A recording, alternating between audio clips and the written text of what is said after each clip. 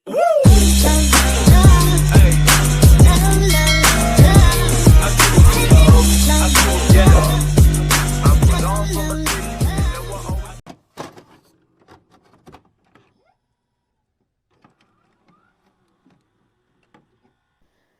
dan Assalamualaikum, nama saya Mazdatul Anisha binti Karizam. Jadi hari ini saya dan rakan-rakan akan membincangkan tentang perceraian di Malaysia. First and foremost, apakah itu perceraian? Perceraian adalah jalan atau langkah terakhir yang diambil oleh sesebuah pasangan dalam menamakan ikatan terjalin, iaitu ikatan perkahwinan. Perceraian atau perpisahan boleh terjadi tanpa diduga. Perceraian boleh terjadi tanpa mengambil kira berapa lama tempoh sesebuah perkahwinan tersebut. Sebagai contoh, sekiranya individu tersebut telah berkahwin selama 20 tahun dan selama tempoh perkahwinan itu terdapat banyak persalahfahaman yang mengakibatkan pergaduhan yang besar dan akhir sekali mereka buntu. Jadi akhirnya perceraian adalah salah satu cara untuk menyelesaikan masalah tersebut. Menurut statistik perkahwinan dan perceraian di Malaysia pada tahun 2019, bilangan perkahwinan pada tahun 2018 ialah 206,253 di mana meningkat sedikit daripada tahun 2017 iaitu 203,741. Ia bersamaan dengan 6.4 kadar perkahwinan kasar bagi setiap 1,000 penduduk di Malaysia. Manakala berbanding dengan perceraian di Malaysia, ia mencatatkan perceraian pada tahun 2018 sebanyak 50,356 di mana ia meningkat kerana pada tahun 2017 kes perceraian dilaporkan adalah sebanyak 50,314 di mana ia bersamaan dengan 1.6 kadar perceraian kasar bagi setiap 1,000 penduduk. Seterusnya, saya akan serahkan kepada presenter yang seterusnya. Assalamualaikum warahmatullahi wabarakatuh dan salam sejahtera. Saya Nurhazika Najihah binti Muhammad Rushdan. Hari ini saya ingin membentangkan mengenai punca-punca kenapa berlakunya kes perceraian di Malaysia. Okey, salah satu punca dia adalah ketidaksefahaman antara suami dan isteri. Okey, ketidaksefahaman ini adalah apabila isteri tidak memahami kerja yang dilakukan oleh suami dan juga suami tidak memahami kerja yang dilakukan oleh isteri. Masing-masing tidak ada kerjasama antara satu sama lain dan macam diorang akan bagi alasan saya penat dan saya penat. Itu hanyalah alasan yang paling sering kita dengar di kalangan suami dan juga isteri. Terusnya, selain itu, hal ini juga terjadi apabila mereka mengambil pilihan untuk tidak menghiraukan keadaan pasangan, malah mereka lebih selesa melakukan perkara yang berkaitan diri mereka sendiri walaupun mereka sudah ada anak.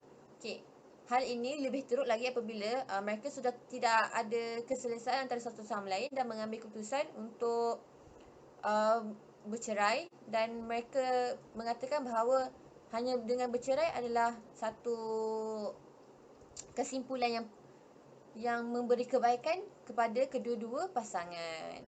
Seterusnya adalah kahwin terlalu awal atau terlalu lambat.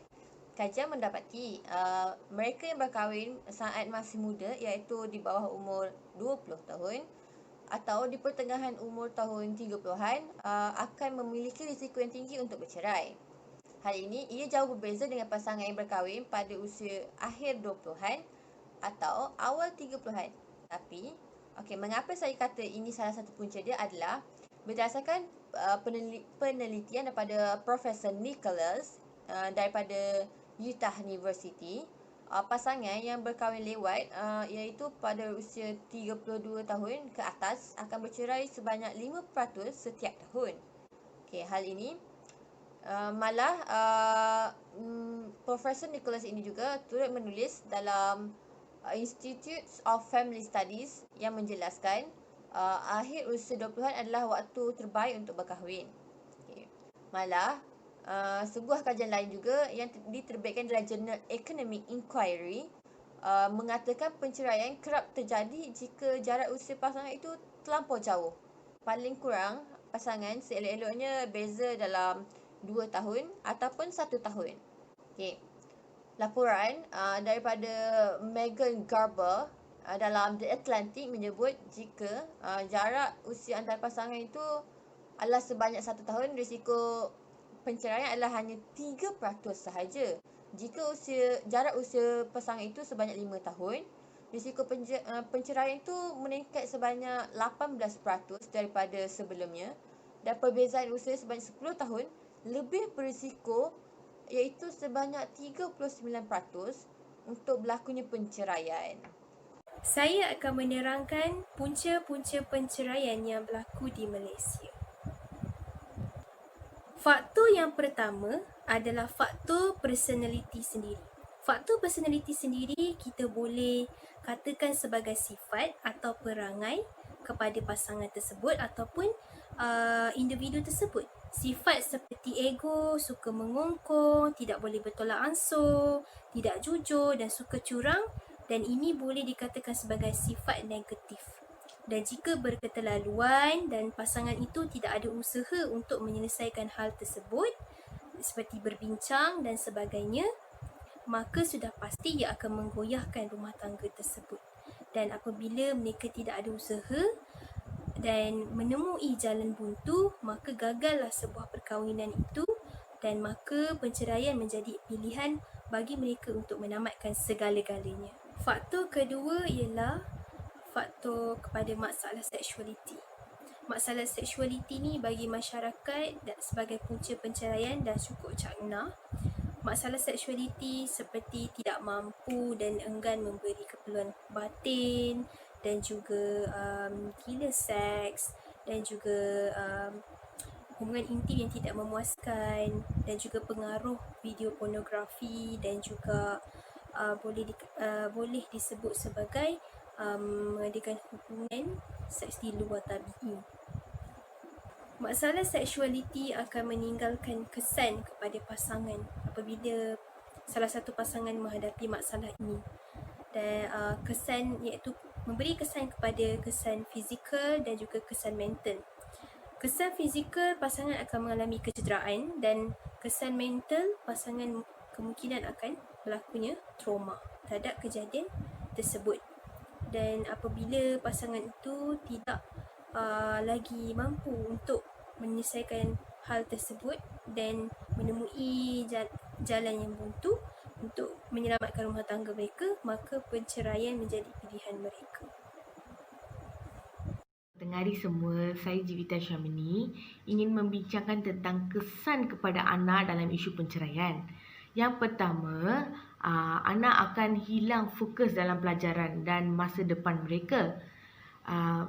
Disebabkan penceraian ni, semestinya lah anak akan hilang fokus kerana mereka hanya fokus tentang ibu bapa mereka je yang mempunyai isu seperti ini. Kesan kedua adalah mereka akan menjadi lebih agresif dan juga mempunyai sifat pemarah.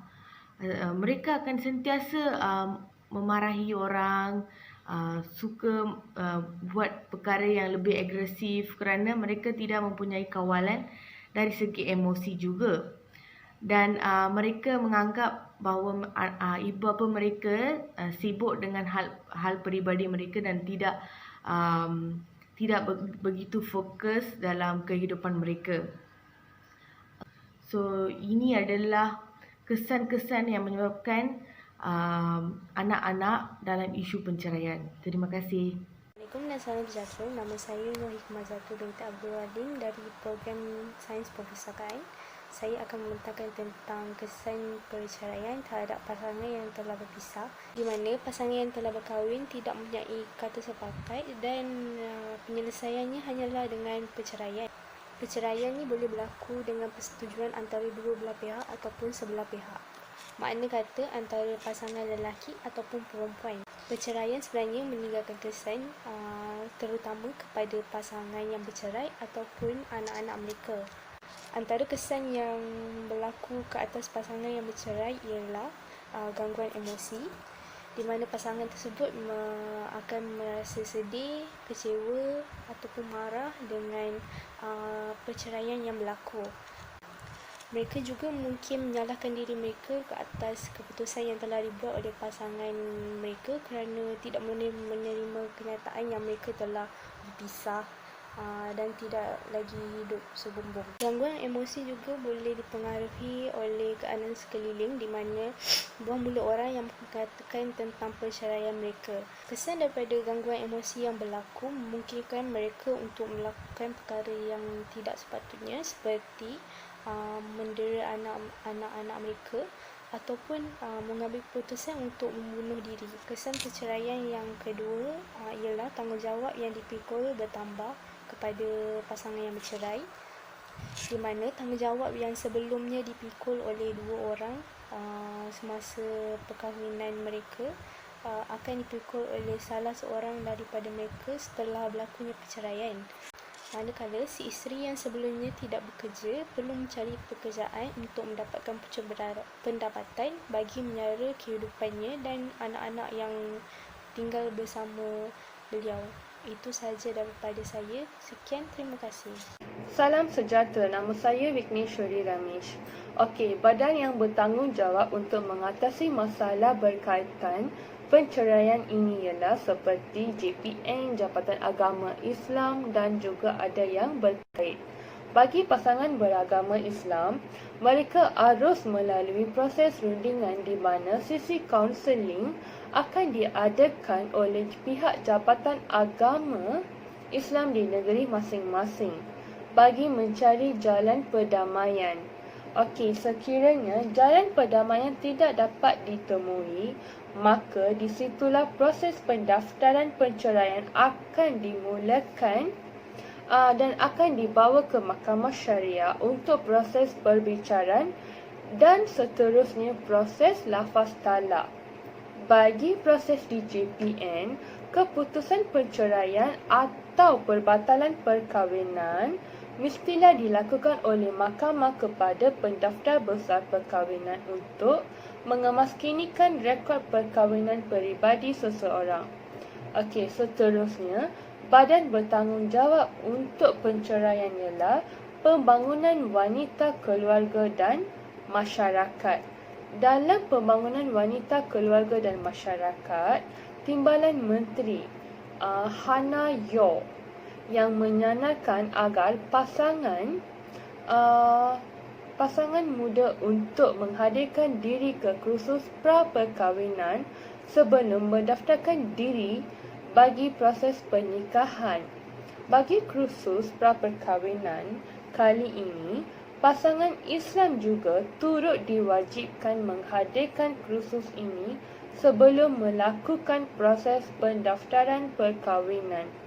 Selain itu, Penduduk dan Pembangunan Keluarga Negara iaitu LPPKN telah menjalankan satu program yang dinamakan Modul Smart Start. Modul ini memberi pengetahuan dan kemahiran kepada pasangan yang baru serta untuk memberi sokongan psikologi kepada mereka menempuh alam perkahwinan dan berumah tangga dengan sejahtera.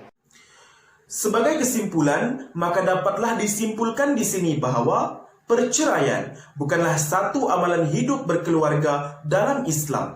Malahan, Islam itu sendiri sangat tidak menggalakkan berlakunya perceraian. Kerana perceraian itu sudah mesti dan pasti akan mendatangkan implikasi atau kesan serta permasalahan yang sangat besar disebabkan oleh perpisahan tersebut. Apabila berlakunya perceraian, sudah semestinya akan timbul permasalahan yang berbagai. Sebagai seorang yang bijak untuk menyelesaikan kemelut rumah tangga, bercerai bukanlah satu jalan penyelesaian yang betul dan tepat. Bahkan perceraian ini yang mendatangkan, yang mengundang kepada keburukan daripada kebaikan.